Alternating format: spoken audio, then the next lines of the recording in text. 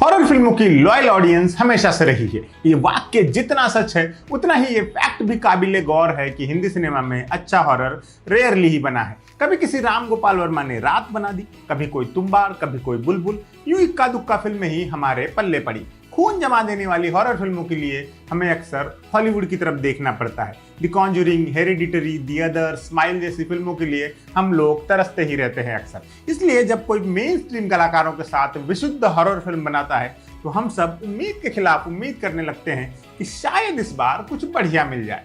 ये उम्मीद कुछ हद तक पिछले साल शैतान ने पूरी की थी। अब उन्हीं मेकर्स की फैक्ट्री से मां निकली है। कैसी है ये फिल्म, आइए जानते हैं।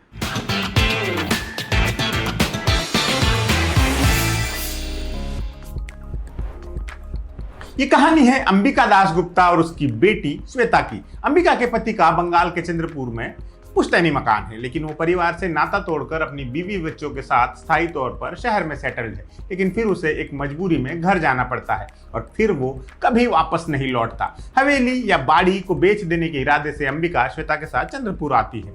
यहाँ आकर पता चलता है कि यहाँ तो कुछ और ही खेला चल रहा है। चंद्रपुर में टीन एज की लड़कियां गायब हो रही हैं। वहां के लोगों का मानना है कि जंगल में कोई दैत्य नाम का दैत्य रहता है, वही सब कुछ कर रहा है। अब इस दैत्य का काला साया अंबिका की बेटी पर है। लेकिन क्या संसार के किसी भी दैत्य में इतनी ताकत है कि वो एक माँ के रहते उसकी औलाद का अनिष्ट कर सके? हमारी फिल्म माँ इस सवाल का जवाब देती है, और क्या ही जवाब देती है।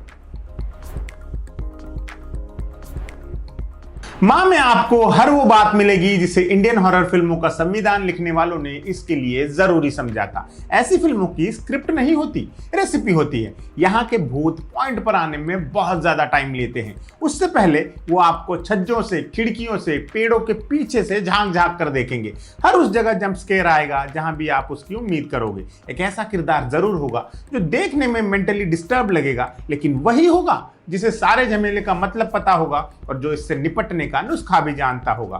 पुलिस निकम्मी होगी और अंत तक निकम्मी ही बनी रहेगी। फिर आखिर में अच्छाई की बुराई से, रोशनी की अंधेरे से, माँ की द्वैतों से अंतिम जंग होगी। फिर पोस्ट क्रेडिट सीन में नई फिल्म टीज की जाएगी। ये आखिरी वाला नुक्ता असली हॉरर संविधान में नहीं था, हालिया अमेंडमेंट है।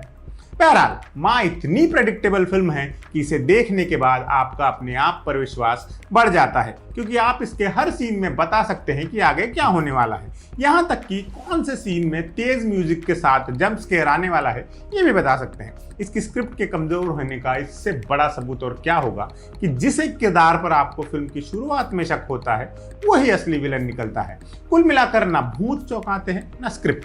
फिल्म में हेवी वीएफएक्स का इस्तेमाल है, उस चक्कर में भूत डरावने कम, हास्यास्पद ज्यादा बन गए हैं। हमारा मेन दैत्य तो ऐसा लगता है जैसे पेड़ का कॉस्ट्यूम पहनकर घूम रहा हो, और कई जगह वो हूबहू गेम ऑफ थ्रोन्स का नाइट किंग लगता है। फिल्म में एक पुलिस वाला भी है जिसके जरिए मेकर्स ने ये चैलेंज उछाला है कि अगर हिम्मत है तो इसके फिल्म में होने की वजह बता दो।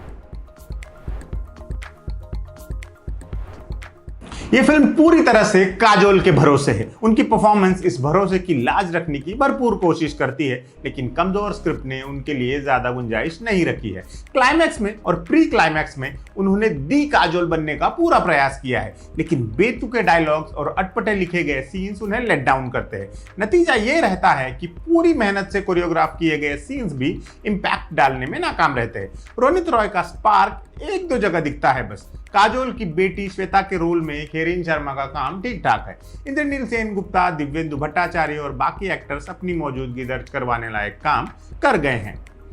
फिल्म के बीजीएम में कोई नवीनता नहीं है, ठीक उसी तरह जैसे स्क्रिप्ट में कुछ नया नहीं है। अपने प्रियजनों के लिए असुरी शक्तियों से भिड़ जाने वाले माता पिता कोई नया कॉन्सेप्ट नहीं है। दर्जनों बार ये सब देख चुके हैं हम।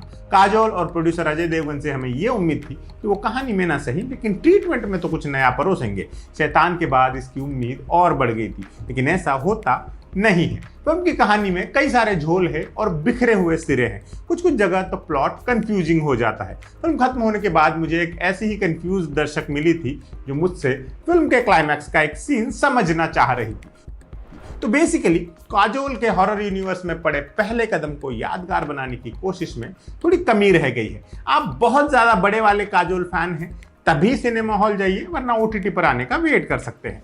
फिल्में एडिट टेबल पर बनती हैं, क्या मतलब है इस बात का? क्या करता है एक फिल्म एडिटर? एक्टर्स जो सुंदर सुंदर कपड़े पहनते हैं उनके पीछे किसका दिमाग और मेहनत लगी होती है। म्यूजिक कंपोजर तो समझ में आता है, लेकिन ये साउंड डिजाइनर क्या करता है। एक आर्ट डायरेक्टर का फिल्म के बनने में क्या रोल होता है। आर्टिस्ट लोग ये जो पुलिस, डॉक्टर, वकील वगैरह की वर्दियां पहनते हैं वो आती कहाँ से हैं। एक असिस्टेंट डायरेक्टर फिल्म के सेट पर क्या क्या और कैसे करता है। कौन तय करता है इस वाली फिल्म में ये वाला रोल इस एक्टर से करवाना है। एक्ट्रेस का मेकअप और हेयर देखने वाले आर्टिस्ट को किन समस्याओं से जूझना पड़ता है। हीरो की जगह अपनी जान जोखिम में डालने वाले स्टंट डबल्स कितने खतरे में जीते हैं। क्या आप भी उन लोगों के बारे में जानना चाहते हैं जो अक्सर पर्दे के पीछे रहते हैं लेकिन जिनके बिना फिल्में बन ही नहीं सकती। सिनेमा मेकिंग के अलग अलग डिपार्टमेंट्स को डेडिकेटेड हमारी सीरीज सिनेमा वाले में हम आपको इन्हीं लोगों से रूबरू करवाएंगे। ज़रूर देखिए सिनेमा वाले, ओनली ऑन एम बोले तो।